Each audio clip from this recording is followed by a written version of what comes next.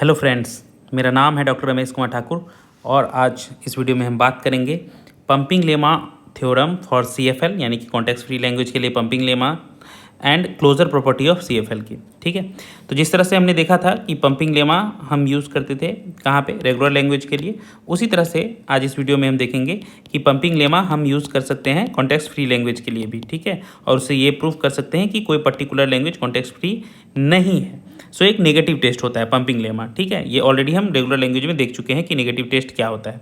और closure property यानी कि कॉन्टेक्स्ट फ्री लैंग्वेज किस किस परिस्थितियों में क्लोज होता है, मतलब कौन सा ऑपरेशन करने पे कॉन्टेक्स्ट फ्री लैंग्वेज ही रहेगा।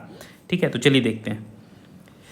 तो सबसे पहले पंपिंग लेमा देख लेते हैं। ठीक है, तो हमने रेगुलर लैंग्वेज का पंपिंग लेमा बहुत ही अच्छे से देखा है, तो काफ़ी कुछ आइडिया हो गया। बहुत ही सिमिलैरिटी है यहाँ, बस थोड़ा सा जो ब्रेकिंग है वो थोड़ा लंबा हो गया, बाकी सब कुछ मोर और लेस सेम ही है। ठीक है, तो सपोज एल कोई कॉन्टेक्स्ट फ्री लैंग्वेज है। ठीक है, तो यहाँ क्या कह रहा है कि एक कांस्टेंट होगा एम, ठीक है, वो जो कि एल पे डिपेंड करेगा, और हर एक स्ट्रिंग जो है डब्लू एल में, उसे हम इस तरह से ब्रेक कर सकते हैं कि डब्लू का जो साइज है वो कम से कम एम के बराबर या बड़ा रहेगा, और उसको हम 5 स्ट्रिंग में तोड़ सकते हैं। वो 5 स्ट्रिंग क्या होगा, डब्लू is equal to u v x y Z.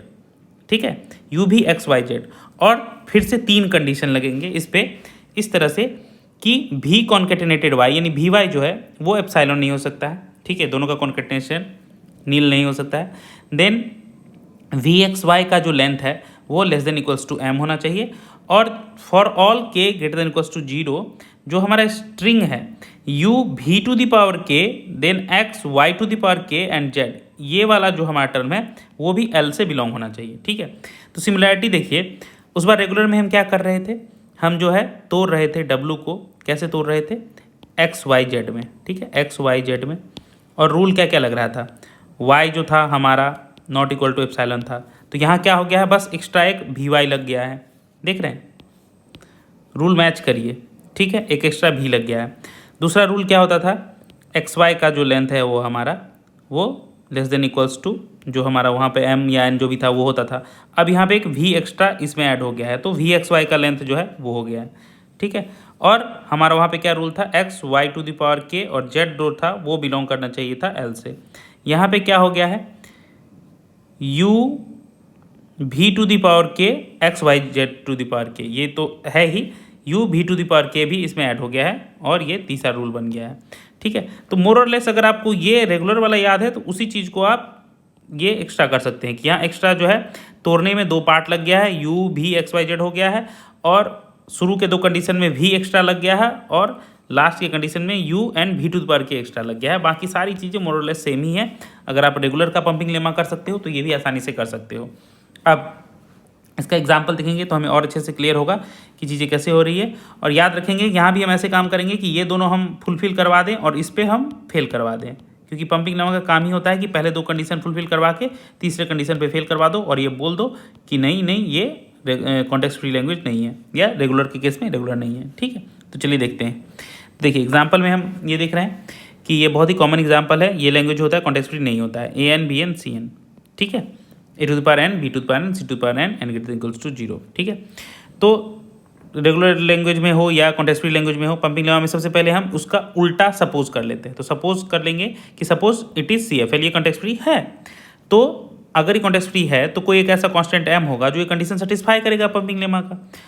तो ठीक है, हम एक डब्लू ले लेते हैं स्ट्रिंग, क्या, a two b two c two. ठीक है, एन इज इक्वल टू 2 लेके, और यहाँ पे एम जो है मान लेते हैं एम इज इक्वल टू 6, कोई भी आर्बिट्रेरी एम मान सकते हैं। ठीक है, तो एम इज इक्वल टू 6 मान लेते हैं। अब पंपिंग लेमा का यूज़ करते हुए हम डब्लू जो है उसको ब्रेक कर सकते हैं you v x W Y Z में, कैसे कि भी वाई एप्सिलॉन ना हो और v x y less than equals to 6 रहे, इस तरह से ब्रेक किया जा सकता है। इससे क्या हो जाएगा, शुरू के दोनों कंडीशन जो है फुलफिल हो जाएंगे। तो उसके लिए वहाँ पे मैंने क्या ट्रिक बताया था कि सब हम एक्स को नील रख देते थे और वाई में सारी चीज़ें रख देते थे, और लास्ट वाला एक सिंबल बस छोड़ देते थे जेड के लिए। यहाँ भी वही चीज़ करेंगे, यू भी एक्स, एक ट्रिक है। ठीक है, ऐसा नहीं कि ऐसे ही करना है, कोई दूसरे तरीके से कर सकता है, मेरा ये ट्रिक है पर्सनली। यू भी एक्स को मैं क्या करता हूँ, एप्सिलॉन रख देता हूँ, नील कर देता हूँ, और वाई में बाकी सारी चीज़ें रख देता हूँ, सिर्फ एक लास्ट सिंबल छोड़ देता हूँ जेड के लिए। ठीक है, ठीक है, तो जैसे वहाँ पे रेगुलर में याद करिए हम क्या करते थे, एक्स वाई जेड में एक्स को नील कर देता था, वाई में ऑल एक्सेप्ट लास्ट सिंबल में रखता था, एक्सेप्ट लास्ट, और इसमें जेड में लास्ट लगता था। यहाँ बस क्या हो जाएगा, यू भी है ना, तो यू को भी एप्सिलॉन, भी को भी एप्सिलॉन, एक्स को भी एप्सिलॉन, और ये दोनों रूल जो है सेम ही लगेगा। तो एकदम सिमिलर है, ठीक है। तो अब यहाँ पे देखिए रूल फॉलो हो रहा है कि नहीं। भी और वाई का जो कॉन्कैटिनेशन है वो क्या होगा, एप्सिलॉन का वाई के साथ ए टू बी टू सी, तो ये तो कभी भी एप्सिलॉन नहीं होगा, ये तो ए टू बी टू सी रहेगा। और भी एक्स वाई का लेंथ देखिए, ये तो एप्सिलॉन ही है, एक्स भी एप्सिलॉन ही है, तो वाई का लेंथ ही हो जाएगा भी एक्स वाई का लेंथ। तो वाई का लेंथ क्या है, 5, 5 is less than equal to 6। Good, ये सब सही चल रहा है। तो अब लास्ट वाला रूल फेल कैसे करवाएंगे, मैंने बोला था ना 90% केसेस में हम जीरो पे ही फेल करवा देते हैं। तो यहाँ पे जीरो पे जो फेल होगा कैसे, हम पंपिंग लेमा के थ्रू देखेंगे कि u v to the power 0 x y to the power 0 z, ये सब जो है वो एल में होना चाहिए। और अगर सबको हम पुट कर दें value you v x y Z की, तो ये एप्सिलॉन एप्सिलॉन एप्सिलॉन ये सब का तो कुछ होगा ही नहीं, सब एप्सिलॉन ही निकलेगा। बस यहाँ पे वाई टू द पावर 0 और फिर जेड जो है सी लास्ट सिंबल करने से क्या हो जाएगा, इधर वाला सारा एप्सिलॉन हो जाएगा, बस लास्ट का सिंबल सी बच जाएगा। तो वो क्या हो जाएगा, A0 B0 और C1, ठीक है। सब एप्सिलॉन हो गया, मतलब ए और बी में पावर 0 हो गया।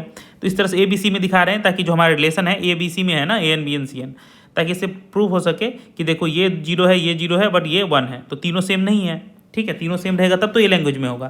तो इससे हम प्रूव कर सकते हैं, since this is not possible because 0 is not equal to 1, hence the language is not CFL, ठीक है। तीनों सेम रहता है A1 B1 C1, तब तो होता है ये CFL, बट ऐसा है नहीं, ये दोनों 0 है, ये 1 है, तो ये दोनों सेम नहीं है, इसकी वजह से ये CFL नहीं है। इसीलिए पंपिंग लेमा से प्रूव हो गया कि ये जो लैंग्वेज है हमारा AN BN CN, ये कॉन्टेक्स्ट फ्री लैंग्वेज नहीं है। तो बहुत ही आसान है, अगर रेगुलर को आपने सीख लिया है तो कॉन्टेक्स्ट फ्री का भी आप कर लोगे, ठीक है। तो चलिए अब देख लेते हैं क्लोजर प्रॉपर्टी ऑफ CFL। तो ये बहुत ही कम क्लोजर प्रॉपर्टीज़ हैं CFL के, तो याद रखने में भी आसान है, इसमें बहुत ज़्यादा है ही नहीं, ठीक है। तो एक यूनियन है, कॉन्कैटिनेशन है, क्लीन स्टार क्लोजर है जो क्लीन क्लोजर बोलते हैं, ठीक है, और रेगुलर इंटरसेक्शन है। ये नॉर्मल वाला इंटरसेक्शन नहीं, ये रेगुलर इंटरसेक्शन, मतलब ये बेसिकली क्या है, intersection of CFL with regular language. CFL का RL के साथ इंटरसेक्शन है, ठीक है। तो ये CFL इंटरसेक्शन RL है, इसीलिए रेगुलर इंटरसेक्शन। ये नहीं कि ये नॉर्मल वाला इंटरसेक्शन है तो रेगुलर, जैसे हम लोग यूज़ कर देते हैं कि ये रेगुलर वाला, ये कोई भी सामान रेगुलर दे दो, नहीं, ये रेगुलर का मतलब है रेगुलर के साथ इंटरसेक्शन, रेगुलर लैंग्वेज के साथ इंटरसेक्शन, इसीलिए रेगुलर इंटरसेक्शन लिखा हुआ। तो इन चारों के साथ जो है क्लोज है, मतलब ये चारों ऑपरेशन परफॉर्म करने पे context free language context free ही रहेगा। और ये दो के साथ ये है क्लोज नहीं है, क्या है, इंटरसेक्शन, मतलब ये नॉर्मल इंटरसेक्शन की बात चल रही है, जरूरी नहीं कि रेगुलर के साथ हो, मतलब दो CFL का इंटरसेक्शन, ठीक है। CFL इंटरसेक्शन CFL जो है ये क्लोज्ड जो है ये नहीं है, ठीक है, याद रखिएगा। सिमिलरली कॉम्प्लीमेंटेशन, तो रेगुलर में तो कॉम्प्लीमेंट भी जो है वो क्लोज होता था, बट इसमें CFL का जो कॉम्प्लीमेंट है वो क्लोज्ड नहीं होता है, क्लोज नहीं होता, याद रखिएगा। कॉम्प्लीमेंट और इंटरसेक्शन क्लोज नहीं होता है, but union, concatenation, Kleene closure और रेगुलर के साथ इंटरसेक्शन जो है वो क्लोज होता है, ठीक है। अब चलिए देख लेते हैं एक एक करके ये सारी चीज़ें। तो सबसे पहले क्लोजर अंडर यूनियन, तो यहाँ पे प्रूफ टाइप का ऐसा कुछ नहीं होता है, बस हम देख लेंगे कि जब क्लोजर होगा तो किस तरह से हम न्यू ग्रामर लिख सकेंगे, ऐसा प्रूफ वाला यहाँ पे कोई सिस्टम नहीं होगा। तो क्या होगा, अगर मान लीजिए L1 और L2 दो कॉन्टेक्स्ट फ्री लैंग्वेज हैं, तो L1 union L2 context free होगा, ठीक है। इसमें बस हम एग्जाम्पल देखेंगे। तो L1 एक एग्जाम्पल है AN BN n greater than equal to 0, ये कॉन्टेक्स्ट फ्री होता है और इसका ये जो है ग्रामर होता है, ये सब हम पहले पढ़ चुके हैं प्रीवियस वीडियोज़ में। उसी तरह से CM DM m greater than equal to 0, ये भी ग्रामर CFL होगा, और इसका जो है ये जो हमारा ग्रामर है लिखा हुआ, ठीक है। तो इसका जब यूनियन निकालेंगे L1 यूनियन L2, तो कुछ नहीं, ये वाला जो लैंग्वेज है यूनियन लिख देंगे बीच में, दूसरा लैंग्वेज, और कंडीशन एक एक करके लिख देंगे, n ग्रेटर देन 0, तो यहाँ पे लिख देंगे n greater than 0, m greater than equals to 0, m greater than 0। तो ये हमारा हो गया लैंग्वेज लिखने का तरीका।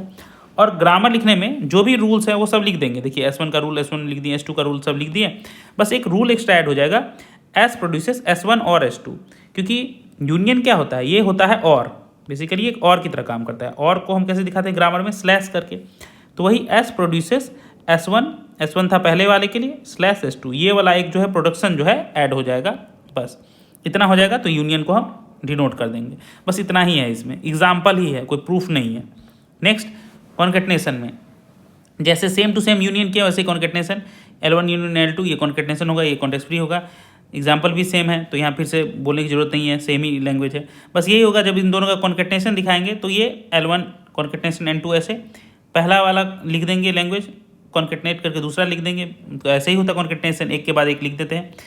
रूल भी उठा के लिख देंगे जैसे जैसे एक एक रूल था, ठीक है।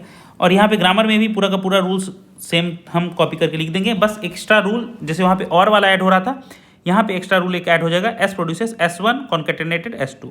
ये दोनों के स्टार्ट सिंबल के कॉन्केटनेशन वाला रूल जो है एक एक्स्ट्रा ऐड होगा, तो ये हो गया हमारा कॉन्केटनेशन। नेक्स्ट क्लीन क्लोजर में, क्लीन क्लोजर में भी स्टार से दिखाते हैं, तो L1 मान लीजिए कॉन्टेक्स्ट फ्री है तो L1 स्टार भी कॉन्टेक्स्ट फ्री होगा। यहाँ ये ग्रामर है NBN n>0, यहाँ ये रूल देख रहे हैं पिछले 2 एग्जाम्पल से। तो इसका क्लीन क्लोजर हम कैसे दिखाएंगे, ANBN का स्टार और रूल जो हमारा कंडीशन है वो तो सेम ही रहेगा। अब इसमें एक्स्ट्रा जो प्रोडक्शन रूल लगेगा वो क्या है, एस प्रोड्यूसेस SS1 और एप्सिलॉन, जो होता था स्टार का जो हम लिखते थे ना कि स्टार मान लीजिए A स्टार हमें दिखाना है, तो इस तरह से लिख देते थे A प्रोड्यूसेस AA या एप्सिलॉन, ठीक है, तो A स्टार दिखा देते, तो वही एस प्रोड्यूसेस SS1 एप्सिलॉन, तो वो हम ऐड कर देंगे, बाकी जो पहले से रूल है वो तो है ही। इस तरह से हम लिख सकते हैं हम क्लीन क्लोजर को। और नेक्स्ट रेगुलर इंटरसेक्शन, तो रेगुलर इंटरसेक्शन में क्या है, रेगुलर लैंग्वेज के साथ इंटरसेक्शन, तो ठीक है। तो अगर L1 कॉन्टेक्स्ट फ्री है तो L2 जो है रेगुलर होना होगा, तभी जो है ये क्लोज होगा, ठीक है। तो L1 मान लीजिए कॉन्टेक्स्ट फ्री ले लेते हैं, ये तो तभी से देख रहे हैं, ये इसका ग्रामर का रूल है। और L2 C स्टार कोई भी C है सिंबल तो उसका स्टार ये तो रेगुलर ही होगा, और इसका तो ये ग्रामर होता है, ठीक है, ये तो रेगुलर ग्रामर है, देख ही रहे हैं। अब रेगुलर इंटरसेक्शन दोनों का कैसे लिखेंगे, L1 इंटरसेक्शन L2, मतलब इसका जो भी है लैंग्वेज का इंटरसेक्शन सिंबल देन इसका, और ये कंडीशन तो जो होगा सो होगा, ठीक है, बहुत सिंपल है, ठीक है। इसमें रूल का अलग से ऐसे जोड़ने का कुछ नहीं है इंटरसेक्शन में, ठीक है, ओके। नेक्स्ट अब इस पर एक एग्जाम्पल भी देख लेते हैं कि मान लीजिए इससे अगर प्रूफ करना हुआ कोई दूसरा चीज़ इस क्लोजर प्रॉपर्टी का यूज़ करके, तो कैसे करेंगे, तो ये लिखा रहेगा जैसे so that the language L is equal to ANBN n greater than equals to 0, यहाँ तक तो ये कॉन्टेक्स्ट फ्री है।